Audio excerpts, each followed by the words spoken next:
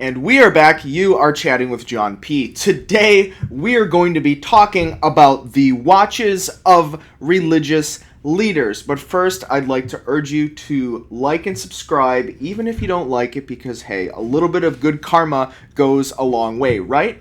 And also, hopefully you had a very enjoyable long weekend if you're in the States. It was 4th of July weekend. I myself was hanging out in the Florida Keys for a little bit, got a little bit of relaxation, so that is why there was not a video release. But we're back at it at Delray Watch here, delraywatch.com, where we're releasing a ton of very cool watches that we've kind of accumulated at the end of last week into the weekend, and now we're ready to release them for you. Check that out, delraywatch.com, and of course Instagram, The Real John P, where you can find me and some interesting things about what we do and what I do, right?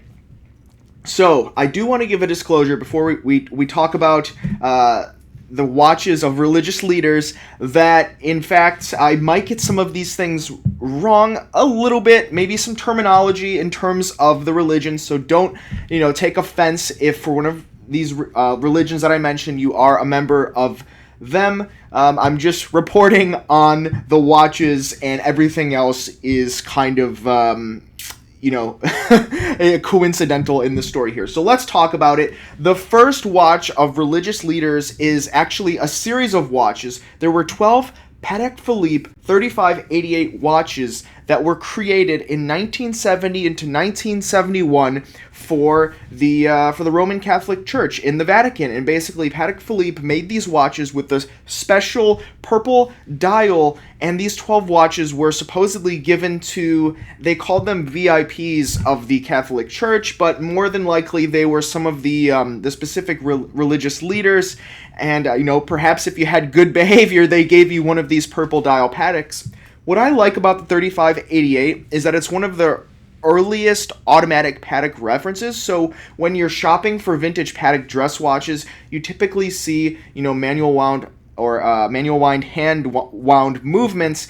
And in fact, this 3588 is automatic. So in modern day times, the prices, well, certainly on the purple dial, are pretty high, but even with the normal dial, something like the Champagne, these watches do fetch a bit of a premium. The hand-wound movements are typically in the $5,000 to $6,000 range, but these automatics are 10 to 13 in this era. So that's something interesting, and it would be amazing to actually see some of these purple dials in the wild, because interestingly enough, blue dials that were produced in this age up until the 80s have turned into a purple, whereas these watches just came out in purple, which I think is cool. A purple dial with a gold watch, it just looks unique. Enough rambling about that.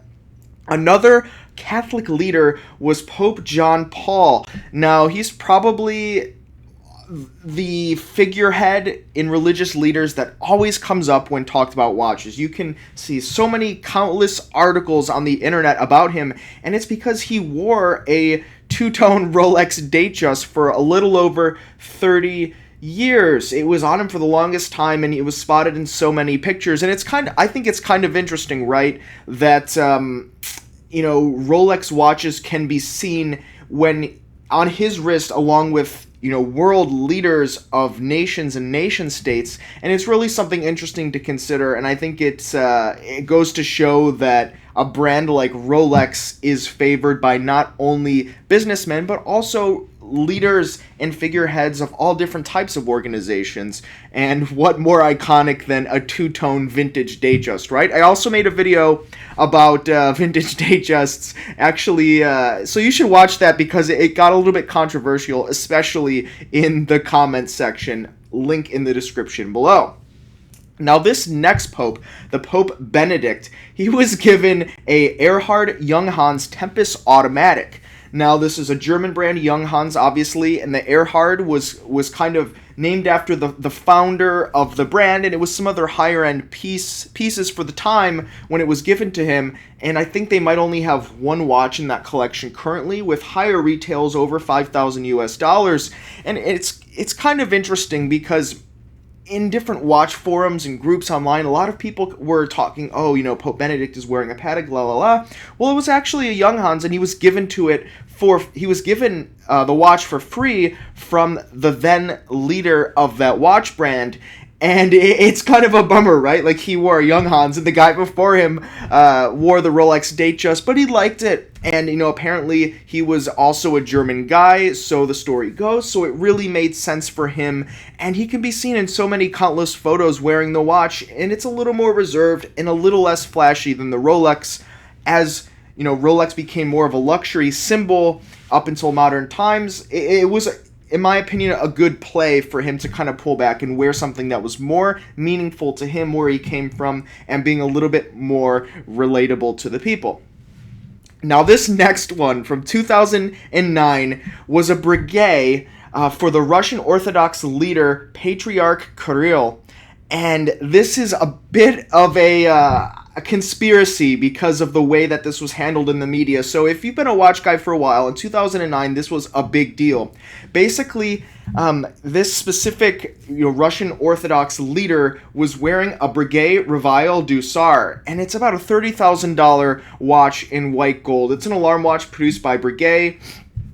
And the whole conspiracy around this was there was a photo of him giving some type of speech. I don't know exactly to who, but he was giving a speech, and you could clearly see the reflection of the watch in the table, and there'll be a picture here right after I'm done talking about it, but you could see the reflection of this very expensive Breguet watch on the table, but on his wrist the watch was not there.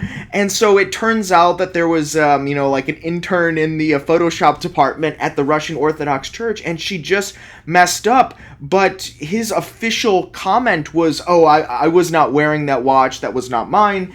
And then it turned out people started tracing the watch back and looking through other photos and history, and it turned out that actually it was proven he was given this watch at one point in time. So he later made a statement saying, I do own the watch, but I was not wearing it at that specific photograph session, and that's what I really meant by that. And so the whole watch world kind of went crazy because it's a very nice watch. It's a high-end watch. Breguet, obviously, very high-end manufacturer.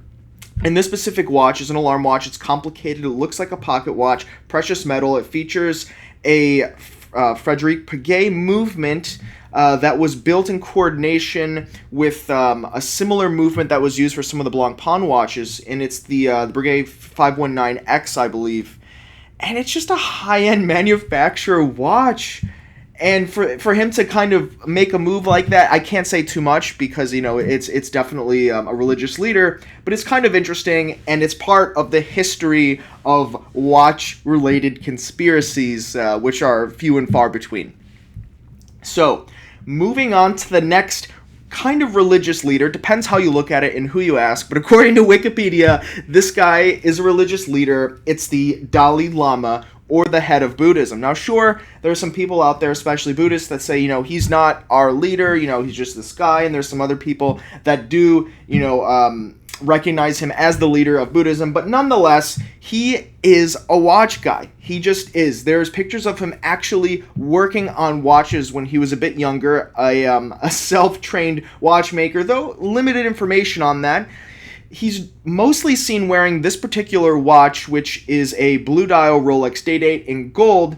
But what this guy does specifically is he puts his watches on these stretchy kind of bands that were more popular in the 80s and 90s and maybe the 70s as well.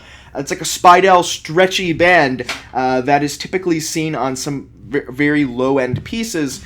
And he wears the watch upside down. Oh, by the way, I am wearing my Rolex 1601 with a diamond bezel in yellow gold. But what the Dalai Lama does is he wears the watches upside down so that no one can see them. So in certain pictures where a cameraman is kind of below taking a photo, he could have been seen with very clearly a Rolex Day-Date with a blue dial. But when you look at him like shaking hands or, a top-down, more like structured approach, you can see just the stretchy band. So it's kind of interesting. You can tell he was a watch geek, and you can see that he tried to hide it a little bit. And I don't know about that exactly, but nonetheless, it doesn't seem to actually hurt his reputation too much. And aside from this particular Rolex, he's also been seen sporting some more complicated Pateks. even a Patek pocket watch that he was gifted. So, Dalai Lama, watch collector savant. And lastly, this is a very interesting one. So, you have the Church of Scientology. But the leader of the Church of Scientology, his name is David Miscavige. And I looked through so many photos. By the way, there's not a lot of information about religious leaders and watches, but I saw a watch on his wrist, and I had to do a little bit of digging in some news articles to find this and kind of look around on the internet because it looked so familiar and I wasn't sure. But sure enough, I did find a pretty clear photo, and it's the Cartier Drive. Now, the Cartier Drive is a little bit of a more modern take on a traditional dress watch produced by Cartier. It's not your Tank and it's not your Santos, but it's kind of a roundish, not quite... Imagine if it was a cushion case, but not a cushion case. So it's a rounded, square type, almost octagonal shape. Picture here, if you can describe it better in terms of geometry, leave in the comments below. I did not major in geometry. But basically, the Cartier Drive, it's become a bit of an icon in current times. There's different versions of it. There's precious metal versions of it. There's some with the moon phase. You can't tell by the picture exactly, but it's very clearly a Cartier Drive. And I like it. It's a nice dress watch. It's modern. It's elegant. And it's an interesting take on that classic lineage of Cartier dress watch history. So this has been a list of some of the watches of some religious leaders. I hope that you found it interesting, and hopefully I did not describe anything that was offensive to those that actually are parts of some of these religions. Leave in the comments below if you have any corrections for me. Once again, I'm not a Buddhist. I'm not part of the Russian Orthodox Church, so leave in the comments below if there's any clarifications you'd like to make. I definitely welcome those. And also, I'm curious, what did you watch guys out there do for the 4th of July? Leave that in the comments below. I'd love to hear it. And also, if you have any suggestions at all for future videos, I'm very welcoming and open to those as well. Once again, I like to mold this channel into being things that you like to see and also things you like to hear and talk about. So leave in the comments below, thumbs up, like and subscribe, all that stuff, and delraywatch.com. Thanks, guys. Have a great week. You have been chatting with John P. Ciao.